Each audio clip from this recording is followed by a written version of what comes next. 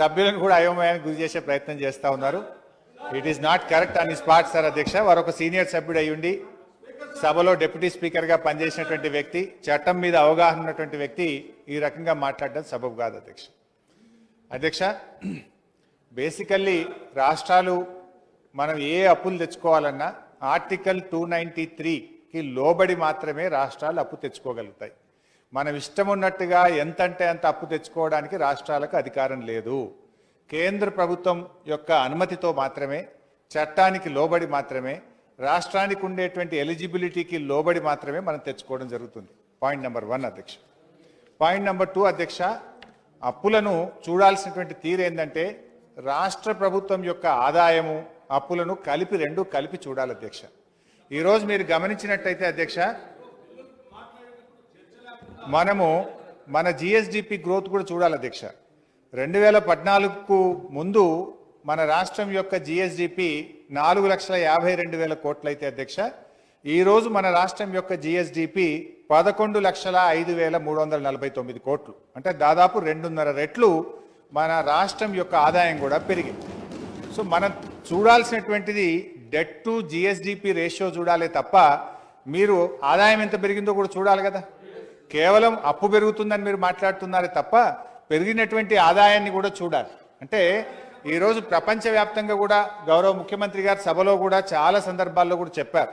ప్రపంచవ్యాప్తంగా మీరు ఒకసారి చూసినట్టయితే జపాన్ 200% జపాను తన యొక్క దేశం యొక్క తలసరి ఆదాయం మీద, దేశం యొక్క స్థూల ఆదాయం మీద 200% అప్పులు తెచ్చుకుంది ఈరోజు అభివృద్ధి చెందినటువంటి జపాన్ లాంటి దేశం. ఇటలీ 131% తెచ్చుకుంది అధ్యక్ష. అమెరికా దాదాపు 100% వారి యొక్క జీడిపి మీద ఈరోజు అప్పులు తెచ్చుకోవడం జరిగింది అధ్యక్ష. యూకే 85% పైగా తెచ్చుకోవడం జరిగింది అధ్యక్ష. సో అప్పులు తేవడం అనేటువంటిది తప్పు కాదు అధ్యక్ష. అప్పులు దేని మీద ఖర్చు పెడుతున్నారు? ఇవాళ కేంద్ర ప్రభుత్వం మీరు చూస్తే అధ్యక్ష, ఫర్టిలైజర్ కార్పొరేషన్ ఆఫ్ ఇండియా అదొక కేంద్ర ప్రభుత్వ రంగ సంస్థ. ఎఫ్సిఐకి దాదాపు గ్యారంటీ ఇవ్వడం ద్వారా 1,85,000 కోట్ల రూపాయలు అప్పు తెచ్చి సబ్సిడీల రూపంలో ఇవ్వడం జరిగింది అధ్యక్ష. కానీ ఇక్కడ మనం రాష్ట్ర ప్రభుత్వం ప్రభుత్వ రంగ సంస్థలకు కానీ కార్పొరేషన్లకు గ్యారంటీ ఇచ్చి క్యాపిటల్ ఎక్స్పెండిచర్ మీద మనం ఖర్చు పెడతా ఉన్నాం. నేను అడుగుతా ఉన్న బట్టి గారు మాట్లాడే ధోరణి చూస్తూ ఉంటే ఇవాళ మిషన్ భగీరథ కార్యక్రమం జరిగి రాష్ట్రంలో ఇంటింటికి స్వచ్ఛమైన శుద్ధి చేసినటువంటి త్రాగునీరు వస్తూ ఉంది. ఈ పని మేము చేయకపోతే కాంగ్రెస్ పార్టీ వాళ్ళం, టీఆర్ఎస్ వాళ్ళు చేసి మంచి పేరు తెచ్చుకుంటున్నటువంటి బాధ ఆయనలో కనబడతా ఉంది అధ్యక్ష. ఇవాళ చూడండి, ఇంత వర్షాలు పడ్డాయి అధ్యక్ష. గతంలో కాంగ్రెస్ ప్రభుత్వం అధికారంలో ఉన్నప్పుడు వర్షాకాలం వచ్చిందంటే ఆదిలాబాద్లో అంటురోగాలు, ఖమ్మం గూడాల్లో అంటురోగాలు, పెద్ద ఎత్తున ఎపిడమిక్ ప్రాబ్లం వచ్చింది, 100 మంది చనిపోయింది అనేటువంటి వార్తలు గతంలో చూసాం. ఇవాళ మంచాన పడ్డ గూడాలు, లంబాడి తండాలు, కోయ గూడాలని వార్తలు చూసే వాళ్ళం అధ్యక్ష. కనీసం ఈరోజు ఈ రాష్ట్రంలో ఇంత వర్షాలు పడ్డా కూడా ఒక చిన్న సంఘటన, ఒక వార్త మనం పత్రికల్లో చూసామా అధ్యక్ష? అంటే ఈ ప్రభుత్వం ఈరోజు మిషన్ భగీరథ లాంటి కార్యక్రమం మీద డబ్బు పెట్టడం ద్వారా అంటురోగాలు తగ్గినాయి, ఈ రాష్ట్రంలో ప్రజలు ఆరోగ్యంగా ఉన్నారు, బాధ కనబడతా ఉంది. ఇలా బట్టి గారి లోపల చూస్తూ ఉంటే ఏంటంటే మేము ఏం పని చేయకపోతే వీళ్ళు ఇంత మంచి పని చేసి ఇలా ఈ ప్రభుత్వానికి మంచి పేరు వస్తూ ఉంది, మాకు ప్రతిపక్ష హోదా కూడా బాయ్ అనేటువంటి ఒక ఆవేదన, బాధ వారి మాటల్లో కనబడుతుంది తప్ప నాకైతే వేరేం కనబడతలేదు. ఇవాళ కాళేశ్వరం లాంటి ప్రాజెక్టు మీద మనం పెట్టుబడి పెడితే మేం చెప్పలే అధ్యక్ష, కేంద్ర ప్రభుత్వం యొక్క ఎఫ్సిఐ సిఎండి చెప్పినాడు. భారతదేశంలో అత్యధికంగా ఈ రబీలో ప్రొక్యూర్మెంటు తెలంగాణ రాష్ట్రం నుంచి జరిగింది అని చెప్పి కేంద్ర ప్రభుత్వ ఎఫ్సిఐ సిఎండి చెప్పినాడు. This is not our comment. అది దేని ఫలితము? ఇవాళ కాళేశ్వరం లాంటి ప్రాజెక్టు మీద పెట్టుబడి పెట్టడం వల్ల అద్భుతమైనటువంటి ఫలితాన్ని ఇలా మనం సాధించుకున్నాం అధ్యక్ష. అంటే మీ ఉద్దేశం ఏంది? ఇంకా రోడ్లు వేయొద్దు, ప్రాజెక్టులు కట్టద్దు, ప్రజలకు స్వచ్ఛమైన తాగునీరు ఇయ్యద్దు, రైతులకు మద్దతు ధర రావద్దు. ఇప్పుడు మనం మొన్న సివిల్ సప్లైస్ కార్పొరేషన్ కు రాష్ట్ర ప్రభుత్వం దాదాపు 25,000 కోట్ల రూపాయల గ్యారంటీ ఇచ్చినాం అధ్యక్ష. ఏం జరిగింది మొన్న రబీ సీజన్లో? పండిన పంటంతా మక్కలు కానీ, వడ్లు కానీ, జొన్నలు కానీ, కందులు కానీ, పెసర్లు కానీ ప్రతి పంటను కూడా మద్దతు ధర ఇచ్చి కొని 3 రోజుల లోపల రైతులకు డబ్బులు ఇచ్చిన అధ్యక్ష. 3 రోజుల్లో రైతులకు డబ్బులు ఇచ్చిన అధ్యక్ష. అయితే గౌరవ సభ్యులు గమనించాల్సింది ఏంటంటే, బట్టి గారు వినండి, ఇప్పుడు మనం సివిల్ సప్లైస్ కార్పొరేషన్కి 25,000 కోట్ల రూపాయలు గ్యారంటీ ఇస్తే పంట కొన్నది, పంట అమ్మిన తర్వాత తిరిగి సివిల్ సప్లైస్ కార్పొరేషన్ బ్యాంకులకు కడుతుంది. అంతే తప్ప 25,000 కోట్ల రూపాయలు డైరెక్ట్గా రాష్ట్ర ప్రభుత్వం మీద పడుతుందా? రాష్ట్ర ప్రభుత్వం కడుతుందా? మీరేమంటున్నారు? ప్రభుత్వమే కట్టాలి కదా అంటున్నారు. రైతుకు మద్దతు ధర రావాలి, సకాలంలో రైతులకు డబ్బులు చెల్లించాలని ఒక మంచి ఉద్దేశంతో ఒక రైతు నాయకుడిగా మా ముఖ్యమంత్రి కేసీఆర్ గారు నిర్ణయం తీసుకుంటే దాన్ని అభినందించాల్సింది పోయి ఓరోలేక మీరు విమర్శలు చేస్తున్నట్టుగా కనబడుతుందే తప్ప వేరే అయితే మాకేం కనబడతలేదు అధ్యక్ష. ఈరోజు ఒక విషయం చాలా సీరియస్గా ఆలోచించాలి అధ్యక్ష. భట్టి గారు కూడా కొంచెం కేవలం ప్రతిపక్షం కనుక మేము విమర్శించాలి అనే ఒక విమర్శనాత్మకమైనటువంటి ధోరణిలోనే కాకుండా వాస్తవాలను కూడా గమనించాలి. ఈరోజు పత్రికల్లో వార్తలు వస్తున్నాయి, మీరే చూస్తున్నారు. మన దేశం యొక్క జీడిపి లాస్ట్ 8 క్వార్టర్స్లో ఎంత తగ్గింది అధ్యక్ష? లాస్ట్ 8 క్వార్టర్స్లో మీరు చూస్తే 2017-18 4th క్వార్టర్లో 8.18గా ఉన్నటువంటి వృద్ధి రేటు ఈరోజు -23.9కి పోయింది. సరే, ఇప్పుడు -23.9 అంటే కోవిడ్ వల్ల తగ్గింది, కరోనా వల్ల తగ్గింది. బిఫోర్ కోవిడ్ కూడా మీరు చూసినట్టయితే లాస్ట్ 8 క్వార్టర్స్లో 8.18 నుంచి 2.5%, 3% తగ్గింది. అంటే దాదాపు 5% జీడిపి తగ్గింది. వేరేజ్ మన రాష్ట్రంది చూడండి, మనం ఇంకా కూడా బిఫోర్ కరోనా మన రాష్ట్రం యొక్క వృద్ధి రేటు 2 అంకెల్లో 12.6%గా ఉంది. దేశం యొక్క వృద్ధి రేటు 8.2% నుంచి అది 2.5-3% పడిపోతే మన రాష్ట్రం యొక్క వృద్ధి రేటు ఈరోజు దేశంలో ఏ రాష్ట్రంలో లేని విధంగా 2 అంకెల వృద్ధి రేటును ఇలా తెలంగాణ సాధించిందంటే క్యాపిటల్ ఎక్స్పెండిచర్ మీద ఖర్చు పెట్టడం వల్ల, ఈ రాష్ట్రం యొక్క ఎకానమీని ఇంప్రూవ్ చేయడంలో గౌరవ ముఖ్యమంత్రి గారు ఏదైతే విధానం అవలంబించినారో ఇలా దేశం మొత్తం కూడా అభినందిస్తున్నారు. అందరూ కూడా మన వైపు చూస్తూ ఉన్నారు.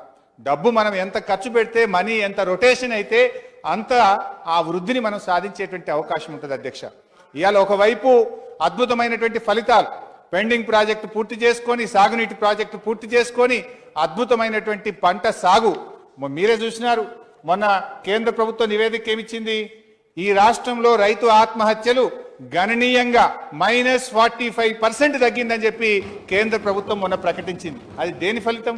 ప్రాజెక్టులు పూర్తి చేసుకోవడం వల్ల. ఇట్లా ఒకటి కాదు, చెప్పాలంటే 100 ఎగ్జాంపుల్స్ చెప్పొచ్చు అధ్యక్ష. అయితే ఈరోజు మన రాష్ట్ర వృద్ధి రేటు ఒకసారి చూస్తే అధ్యక్ష, 2015-16 14.2, 16-17 13.9, 17-18 19.4, 18-19 14.3, 2019-20 12.6% వృద్ధి రేటు అధ్యక్ష. వేరాజ్ కేంద్ర ప్రభుత్వం చూస్తే -23.9 కోవిడ్లో పోయింది.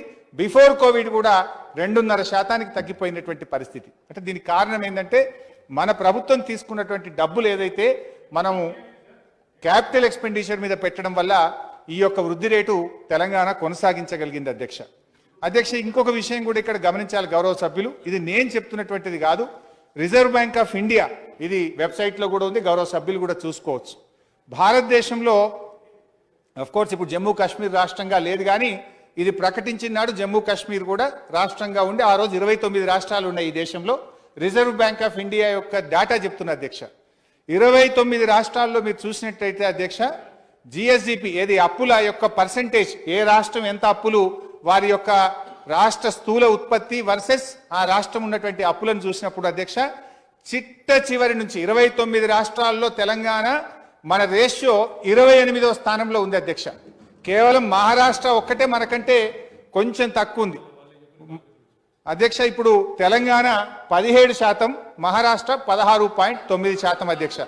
వీళ్ళ కాంగ్రెస్ పాలిత రాష్ట్రాల గురించి కూడా ఒకసారి చెప్తాను అధ్యక్ష. పంజాబ్ రాష్ట్రం, ఆ రాష్ట్రం యొక్క జాతీయ స్థూల ఉత్పత్తి వర్సెస్ పంజాబ్ రాష్ట్రం ఉన్నటువంటి అప్పుల పర్సంటేజ్ చూస్తే అధ్యక్ష 39.9% అధ్యక్ష, 39.9. తెలంగాణ అధ్యక్ష 17.0. ఇది నేను చెప్తున్న ఫిగర్ కాదు, reserve Bank of India declare చేసినటువంటి లెక్కలు చెప్తున్నా అధ్యక్ష. ఇంకొక రాష్ట్రం రాజస్థాన్, కాంగ్రెస్ అధికారంలో ఉన్నటువంటి రాజస్థాన్ 33.6% వాళ్ళ యొక్క డెట్ రేషియో వర్సెస్ జిఎస్డిపి 33.6% అధ్యక్ష. సో దేశంలోని 29 రాష్ట్రాల్లో మనం అప్పులు తక్కువ తీసుకున్న రాష్ట్రాల్లో చిట్ట చివరి నుంచి రెండో స్థానంలో తెలంగాణ ఉంది. చిట్ట చివరి నుంచి రెండో స్థానంలో ఉంది. We are well within the limits. This is not my figures, this is the Reserve Bank of India figures. Bhatti గారు చెప్పిన లెక్కలు కూడా కొన్ని అవాస్తవాలు చెప్పినారు అధ్యక్ష. నేను అందులో డీటెయిల్గా పోను, కానీ వారికి ఎవరు చెప్పినరో. అయితే మనం అప్పులు తీసుకోవడంతో పాటు ప్రతి సంవత్సరం అప్పులు కూడా కడుతుంటాం కదా అధ్యక్ష. ఎవ్రీ ఇయర్ ఇప్పుడు మీరు అప్పులను కూడుకుంటూ పోయినారే తప్ప మరి ప్రతి సంవత్సరం ఎంత ఇంట్రెస్ట్ రీపేమెంట్ చేయించినాము, ఎంత అసలు కట్టినాము అనేటువంటిది కూడా తీసేయాలి కదా దాంట్లో నుంచి. ఇప్పుడు గత 5 సంవత్సరాల్లో మనము 34,296 కోట్ల రూపాయల రీపేమెంట్ కూడా చేసినాం అధ్యక్ష. సో అది తీసేసినప్పుడు నెట్ బారోయింగ్ ఈరోజు రాష్ట్ర ప్రభుత్వం తీసుకున్నది 1,54,557 కోట్ల అధ్యక్ష. కానీ వారు అది అంకెల గారిలో 2.5 లక్షలు 2,30,30,000 కోట్లకు తీసుకుపోయినారు అధ్యక్ష. సో మనం కట్టిన తర్వాత as on today net borrowing 1,54,557 crores అధ్యక్ష. తర్వాత అధ్యక్ష భట్టి గారితో నేను ఇంకోటి, ఏదైతే మనం గ్యారంటీలు ఇస్తున్నామో గ్యారంటీలు 2 లక్షలకు 200% మనం పెంచుకున్నంత మాత్రాన మొత్తం ఒకేసారి తీసుకుంటామని కాదు, మొత్తం ఇప్పుడే ఈ సంవత్సరమే తీసుకుంటామని కాదు. అందులో ముఖ్యంగా ఇప్పుడు కొన్ని మార్క్ఫెడ్ లాంటి సంస్థ, సివిల్ సప్లైస్ కార్పొరేషన్ లాంటి సంస్థ, జిహెచ్ఎంసి లాంటి సంస్థ, జిహెచ్ఎంసికి దే హ్యావ్ దేర్ కెపాసిటీ, అవసరాన్ని బట్టి మనం గ్యారంటీ ఇస్తాం, తిరిగి అది జిహెచ్ఎంసీ రీపే చేసుకుంటుంది. అందులో కేవలం రిస్క్ ఫ్యాక్టర్ అనేటువంటి క్యాలిక్యులేషన్లో కొంత మేరకు మాత్రమే రిస్క్ ఉంటుంది తప్ప తీసుకున్న మొత్తం డబ్బు రాష్ట్ర ప్రభుత్వ ఖజానా నుంచే చెల్లించాల్సిన అవసరం ఉండదు. ఇప్పుడు మార్క్ఫెడ్కి ఎందుకు ఇస్తాము? ఎరువులు కేంద్ర ప్రభుత్వం నుంచి తెచ్చి పొజిషన్ చేసి రైతులకు ఇచ్చి రైతుల దగ్గర కలెక్ట్ చేసి తిరిగి వారు బ్యాంకు కట్టుకుంటారు. ఇట్స్ నాట్ దట్ మార్క్ఫెడ్కి ఇచ్చిన మొత్తం అప్పు రాష్ట్ర ప్రభుత్వమే కడుతుందని కాదు. సో అట్లా టిఎస్ఐఐసి వాళ్ళు ఫార్మాసిటీ భూసేకరణ కోసం కొంత డబ్బు కావాలంటే గ్యారంటీ ఇచ్చాం. ఫార్మాసిటీ భూములు తిరిగి పారిశ్రామికవేత్తలకు ఇచ్చినప్పుడు పారిశ్రామికవేత్తల డబ్బును తిరిగి టిఎస్ఐసే బ్యాంకుకు కట్టుకుంటుంది తప్ప అది రాష్ట్ర ప్రభుత్వం ఇచ్చేటువంటిది కాదు. సో రాష్ట్రం యొక్క అభివృద్ధిని దృష్టిలో పెట్టుకొని ఇప్పుడు ప్రపంచవ్యాప్తంగా ఎకానమీ స్లో డౌన్ అయింది. ఇలాంటి పరిస్థితుల్లో ఉద్యోగాల కల్పన జరగాలన్నా, ఆర్థిక అభివృద్ధి కొనసాగాలన్నా క్యాపిటల్ వర్క్స్ మీద ఎక్కువ డబ్బు పెట్టడం ద్వారా మనం మన రాష్ట్రం అభివృద్ధి పథంలో ముందుకు తీసుకుపోవచ్చు. మన రాష్ట్రంలో ఉద్యోగాల కల్పన పెరగాలంటే ఇప్పుడు ఉన్నది ఒకటే ఒక ఆప్షన్. ఇది మనం చెప్తుంది కాదు, ప్రపంచవ్యాప్తంగా జాతీయ అంతర్జాతీయ ఎకానమిస్టులు అందరూ చెప్తున్నారు. ఇప్పుడు ప్రభుత్వాలు చేయాల్సినటువంటి పని, governments has to spend money on capital expenditure. ప్రభుత్వాలు ఎంత ఖర్చు పెడితే ప్రజల్లో చేతుల్లో అంత డబ్బు ఉంటుంది, ప్రజల్లో విశ్వాసం పెరుగుతుంది. అప్పుడు ప్రజలు విశ్వాసం పెరిగినప్పుడు, ఉద్యోగాల కల్పన జరిగినప్పుడు, డబ్బు బయటకు తీస్తే తిరిగి ఆర్థిక అభివృద్ధి అనేటువంటిది జరుగుతుంది. ఇవాళ ప్రజలు ఇలాంటి పాండమిక్ సిచ్యువేషన్లో కన్ఫ్యూజన్లో ఉన్న డబ్బును కూడా చాలా జాగ్రత్తగా సేవింగ్ అకౌంట్స్లో పెట్టడం ద్వారా ఎకానమీ ఇంకా స్లో డౌన్ అవుతుంది, ఇంకా వీకెన్ అవుతా ఉంది, ఇంకా ఉద్యోగాలు కోల్పోతున్నటువంటి పరిస్థితి ఉంది. అందువల్ల ఇలా అంతర్జాతీయంగా జాతీయంగా అందరూ చెప్తున్నటువంటిది ఏంటంటే this is the time governments has to spend money. బ్యాంకుల దగ్గర కూడా డబ్బు మూలుగుతా ఉంది. ఫస్ట్ టైం బ్యాంకులు కూడా, రిజర్వ్ బ్యాంక్ ఆఫ్ ఇండియా కూడా ఇంట్రెస్ట్ రేట్ను గణనీయంగా తగ్గించి ప్రభుత్వాలకు విరివిగా డబ్బులు ఇవ్వండి అని చెప్పి కూడా గైడ్ లైన్స్ ఇస్తూ ఉన్నారు. సో మనం ఏం తీసుకున్న అట్లానే ఇస్తున్నారని మనం అవసరానికి మించి కూడా తీసుకోం. మనం చట్టానికి లోబడి మనకు ఏదైతే కేంద్ర ప్రభుత్వ నిబంధనలు ఉన్నాయో దానికి లోబడే ఉన్నాం. ఈరోజు దేశంలోని 29 రాష్ట్రాల్లో అప్పులు ఏది జిఎస్డిపి వర్సెస్ డెట్ రేషియో చూసినప్పుడు చివరి నుంచి 2వ స్థానంలో ఉన్నాం. అంటే మిగతా అన్ని రాష్ట్రాల కంటే కూడా మన రాష్ట్రం మెరుగైనటువంటి పరిస్థితిలో ఉంది. అందుకే ఈరోజు మీరు చూస్తే అధ్యక్ష, అప్పుల కోసం పోయినప్పుడు కూడా అన్ని రాష్ట్రాలు అప్పులకు పోతాయి, కానీ అప్పు ఇచ్చేటువంటి సంస్థలు తెలంగాణకు ముందిస్తామని ముందుకు వస్తూ ఉన్నారు. తక్కువ రేట్ ఆఫ్ ఇంట్రెస్ట్కు తెలంగాణకు ఇస్తామని వస్తున్నారు. మన బాండ్సే ముందు కొంటా ఉన్నారు. 40 ఏళ్ల బాండ్స్ కూడా తీసుకుంటా ఉన్నారు. కారణం ఏంది? మన ప్రుడెన్షియాలిటీ, రీపేమెంట్ కెపాసిటీ రాష్ట్రంది బాగుంది, రాష్ట్రం యొక్క గ్రోత్ రేట్ బాగుంది. ఈ రాష్ట్రం తీసుకున్నటువంటి డబ్బులను క్యాపిటల్ ఎక్స్పెండిచర్ మీద పెట్టి అద్భుతమైనటువంటి ఫలితాలను రాష్ట్రాలు సాధిస్తున్నాయి కనుక మన క్రెడిబిలిటీ, తెలంగాణ రాష్ట్రం యొక్క క్రెడిబిలిటీ ఇంత అద్భుతంగా ఉంది. అందుకే ఇవాళ దేశంలో మన రాష్ట్ర ప్రభుత్వం పోయినప్పుడు మిగతా రాష్ట్రాల కంటే ముందు మన బాండ్స్ ఈరోజు మార్కెట్లో పోతా ఉన్నాయి, తక్కువ రేట్ ఆఫ్ ఇంట్రెస్ట్కు వస్తున్నాయంటే అది మన పనితీరుకు, మన ప్రుడెన్షియాలిటీకి ఒక నిదర్శనం అని చెప్పి నేను మనవి చేస్తూ, నేను విమర్శ కోసం చెప్పడం లేదు భట్టి గారు. మన ప్రభుత్వం అన్ని బాధ్యతలను పరిమితులకు లోబడి మాత్రమే ముందుకు పోతా ఉంది. ఈ ఎఫ్ఆర్బిఎంది మాత్రం అది ఈ ఒక్క ఆర్థిక సంవత్సరానికి కేంద్రం సూచన మేరకే చేసినామనే విషయాన్ని కూడా స్పష్టంగా చెప్పినాం. ఇన్ఫ్యాక్ట్ మనం మొత్తం తీసుకుంటామా తీసుకోమా అనేది కూడా మనం ఇంకా నిర్ణయం తీసుకోలేదు. ఇలా కేంద్ర ప్రభుత్వం ఏమంటుంది బట్టి గారు వినాలి, మీరు కూడా సపోర్ట్ చేస్తారా మరి ఏందో చెప్పాలి. ఇలా కేంద్రం ఏమంటుందంటే ఆ ఇచ్చిన 2%లో కూడా చాలా షరతులు పెట్టింది. బాయి కాడ బోర్ కాడ మీటర్లు పెడితేనే 0.25% ఇస్తా, లేదా కొన్ని సవరణలు చేస్తేనే 0.25% ఇస్తా అని ఇట్లా అనేక లింకులు పెట్టింది. తెలంగాణ మన ప్రభుత్వం గౌరవ ముఖ్యమంత్రి కేసీఆర్ గారి ఆలోచన తెలంగాణ రైతాంగం ఒక బాగుపడేదాకా ఒక సంపన్న వర్గంగా తయారయ్యేంత వరకు రైతాంగానికి 24 గంటల ఉచిత కరెంట్ ఇస్తామని గౌరవ ముఖ్యమంత్రి కేసీఆర్ గారు నిర్ణయం తీసుకున్నారు. సో ఇప్పుడు కేంద్రం అప్పు ఇచ్చినా తీసుకున్నా తీసుకోకపోయినా పర్వాలేదు, కానీ ముఖ్యమంత్రి గారు చెప్పింది ఏంటంటే మేము ఈ దేశంలో ఏ రాష్ట్రంలో ఇవ్వని విధంగా తెలంగాణ రాష్ట్రానికి 24 గంటల ఉచిత కరెంట్ ఇచ్చి తీర్థము అనేటువంటి విషయాన్ని స్పష్టంగా చెప్పినాం. కానీ ఇలా కేంద్రం ఏమంటుంది, ఈ 2% ఎఫ్ఆర్బిఎంలో కూడా మీరు బాయిల కాడ బోర్ల కాడ మీటర్లు పెడితేనే 0.25 అప్పు తీసుకోవచ్చు అంటున్నారు. నీ అప్పు లేకపోయినా పర్వాలేదు, కానీ తెలంగాణ రైతాంగానికి అన్యాయం చేయడానికి మా ప్రభుత్వం మా ముఖ్యమంత్రి గారు సిద్ధంగా లేరు. ఈ ప్రభుత్వం రైతు ప్రభుత్వం కనుక అప్పు తక్కువైనా తీసుకుంటాం, ఉన్న దాంట్లో సర్దుకుంటాం, కానీ ఎట్టి పరిస్థితుల్లో షరతులు మాత్రం అంగీకరించము అని చెప్పి ఇప్పటికే ముఖ్యమంత్రి గారు స్వయంగా ప్రధానమంత్రి గారికి లేఖ రాసినారు. సో మీరేం చేస్తున్నామని లెక్క కడుతున్నారు. 2% అంటే ఇంత అవుతుంది, 200% అంటే ఇంత అవుతుంది. సో ఇవన్నీ అంకెల గారిడి అక్కర్లేదు, వాస్తవాలు మాట్లాడండి.